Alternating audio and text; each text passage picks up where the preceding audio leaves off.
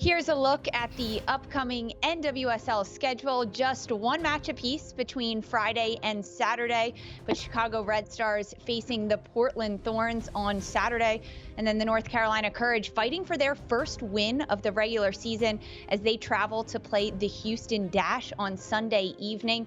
And Angel City playing host to Gotham FC as well on Sunday before the holiday weekend closes out on Monday with an afternoon match in Kansas City versus the Current as they host Racing Louisville. Here to preview the games this weekend, CBS Sports writer Sandra Herrera and U.S. international Lindsey. I'm Lisa Roman. It's match day 5 already in the NWSL, so plenty of opportunity to assess the teams, but mostly the individual player performances. Lori, which player has surprised you the most with their performance this year? Well, listen, she's a rookie, so I think she surprised everybody. But Sam Coffey for the Portland Thorns, this is a player that I think has come in and proven that she's a true pro right from the beginning. She has a team full of stars with the Portland Thorns, and she just offers something a bit different. This is a team that wants to get the ball down. They want to attack quickly, especially with the dynamic strikers that they have. But she just has a good understanding of when to link play, when to switch the point of attack, and slow things down and give them a bit of calmness in the middle of the field. And mind you, this is a player that her stats aren't going to blow anybody off the charts, or they're not going to wow anybody. I don't even think she has a goal or assist this season. Actually, I know she doesn't, not in the Challenge Cup or this regular season.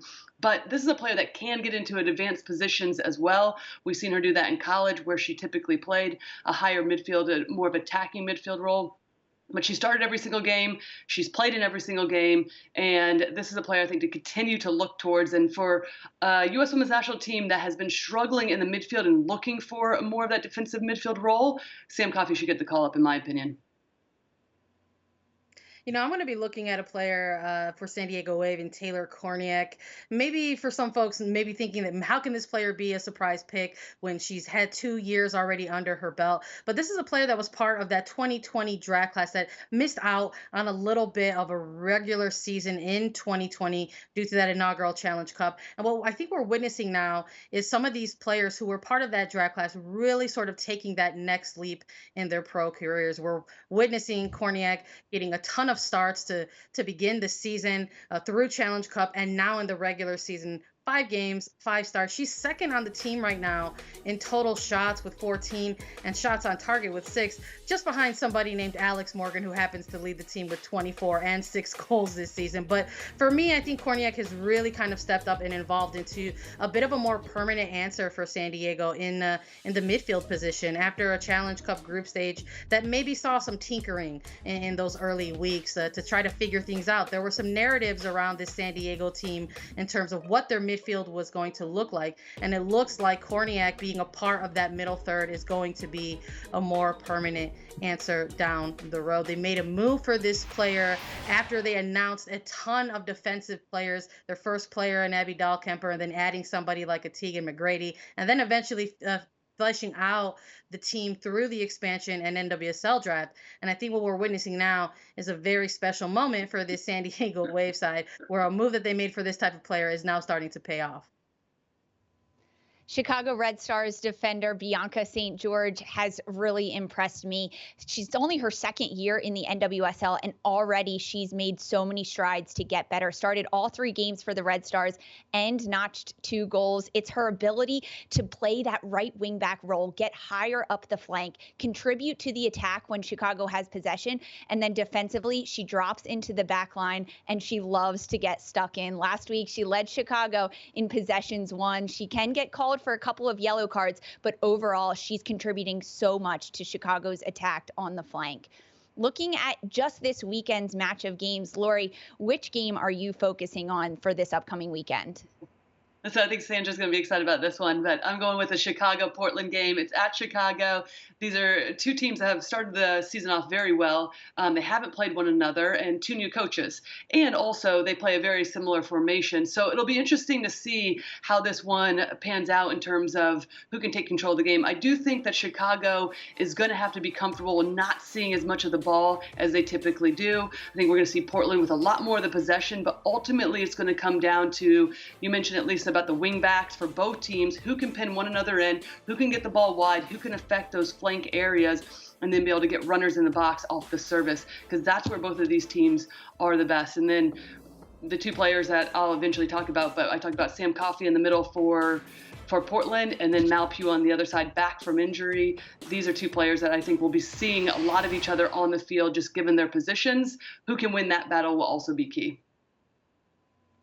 I'm going to be looking at OL Reign versus San Diego Wave FC. I went with Taylor Korniak for a reason in terms of player that's been surprising me the most. And I do think that this game is going to come down to some action in the middle third. We're looking at an OL Reign team that finally broke through on goal, picked up their first win of the regular season after a couple tumultuous weeks there for them. But they're going up against the San Diego Wave FC side that has got a really hot start to their regular season so far. They've already been challenged in their win streak that was snapped and broken by Racing Louisville, but I'm looking for this San Diego Wave FC side to go ahead and use some of that familiarity that they have already against this OL Reign team from the Challenge Cup, and perhaps utilize what they've learned there and build on that to turn it into a result against this more established franchise.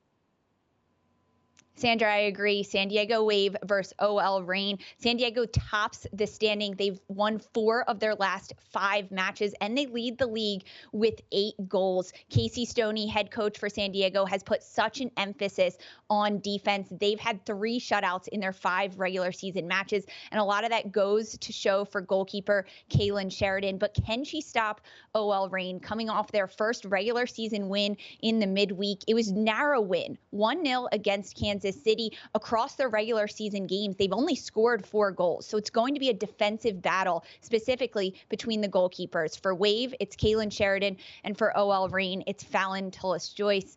Lori, you already alluded to this. Between Portland and Chicago, a lot of big-time players that can make an impact. But why are you focusing on forward Mallory Pugh for Chicago Red Stars? I mean, goodness, why not? She was the best player in the Challenge Cup, in my opinion, before she got her concussion and was out for about 4 or 5 weeks for concussion protocol. But this player, I mean, she's been unbelievable so far. I would date it back to last season. We saw some glimpses, and then has been on fire this year. And I mentioned the 4 to 5 weeks that she's been out. Last week she returns, only plays 45 minutes in the second half. Gets 2 goals and an assist against Orlando. They take the win 4-2. So she started off right where she left off before she got injured. And this is a player that's going to have a free role, or has had a free role for Chicago. She'll be able to pick up the ball deep when she wants, dribbling at back lines. I think it's going to be interesting to see how Portland deals with her going forward, especially with just her movement off the ball and with that free role.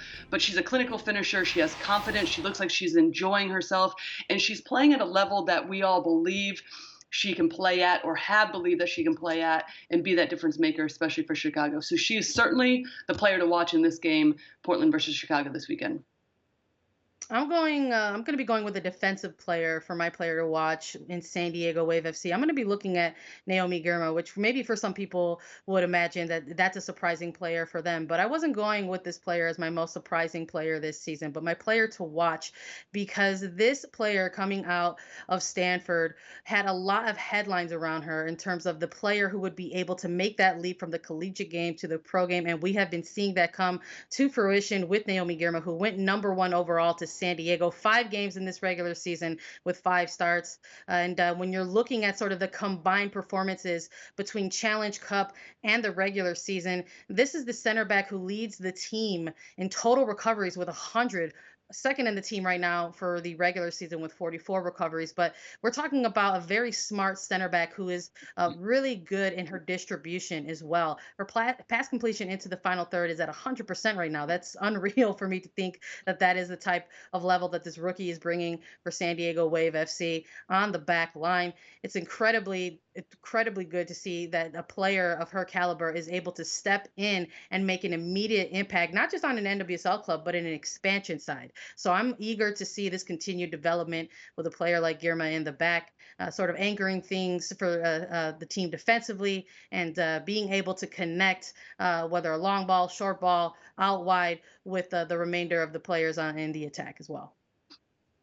Sandra, I'm sticking with a defender as well. For OL Reign, however, Sofia Huerta, she's played every minute of the regular season for OL Reign so far, and she notched an assist in the midweek action for OL Reign in their win over Kansas City. She plays the wingback position, and it's her ability to get into the attack. On Wednesday, she led her team in touches, chances created, and crosses. The crosses is where Huerta is most dangerous. If San Diego gives her time and space on the flank, she will create chances for her team. She loves to get into the attacking end and whip crosses in, but it's not just the quantity of crosses, it's the quality. So much texture on them with great placement just in behind the defensive line. Already 1 assist on the year. She's getting more and more momentum as the season goes. Sofia Huerta is definitely one to watch. Lori, Sandra, thank you so much for being here to break it all down. Be sure to catch all of the NWSL matches this weekend. And for more on the NWSL, be sure to download, follow, and subscribe to the Attacking Third podcast for more from Sandra Herrera and I with match previews, recaps, analysis, and more. Download, follow, and subscribe to Attacking Third.